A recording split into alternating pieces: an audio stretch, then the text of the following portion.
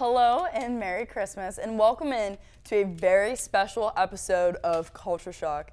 My name is Meg Berry, and today on Christmas Eve I will be reading 'Twas the Night Before Christmas to get you all in the Christmas spirit. And again, what better day to do it than on Christmas Eve? So let's get started.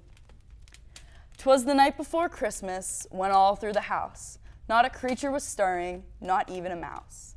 The stockings were hung by the chimney with care, in hopes that St. Nicholas soon would be there. The children were nestled all snug in their beds, with visions of sugar plums dancing in their heads. And Mama in her kingship, and I in my cap, had just settled down for a long winter's nap.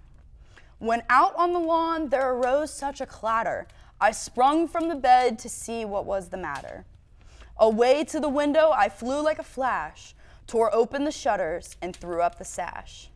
The moon on the breast of the new-fallen snow gave the luster of midday to the objects below. When what to my wondering eyes should appear but a miniature sleigh and 8 tiny reindeer. With an old driver so lively and quick, I knew in a moment it must be St. Nick. More rapid than eagles his coursers they came. He whistled and shouted and called them by name. Now Dasher, now Dancer, now Prancer and Vixen, on Comet, on Cupid, on Donner and Blitzen. To the top of the porch, to the top of the wall, now dash away, dash away, dash away all. As dry leaves that before the wild hurricane fly, when they met with an obstacle mount to the sky. So up to the housetop the coursers they flew, with a sleigh full of toys and St. Nicholas too. And then in a twinkle I heard on the roof the prancing and pawing of each little hoof. As I drew in my hand and was turning around, down the chimney St. Nicholas came with a bound. He was all dressed in fur from head to his foot, and his clothes were tarnished with ashes and soot. A bundle of toys he had flung on his back. He looked like a peddler just opening his pack. His eyes, how they twinkled, his dimples, how merry. His cheeks were like roses, his nose like a cherry. His droll little mouth was drawn like a bow, and his beard of his chin was as white as snow. The stump of his pipe held tight in his teeth, and a smoke encircled his head like a wreath.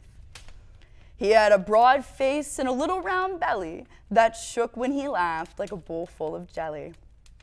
He was a chubby and plump, right jolly old elf, and I laughed when I saw him in spite of myself. A wink of his eye and a twist of his head soon gave me to know I had nothing to dread.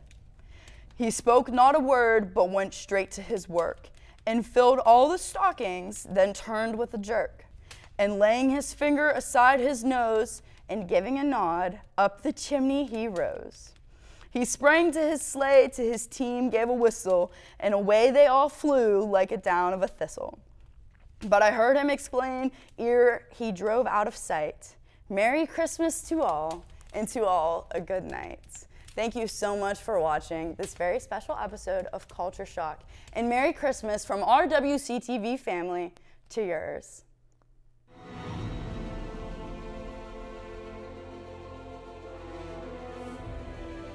This has been a production of Waynesburg Community Television.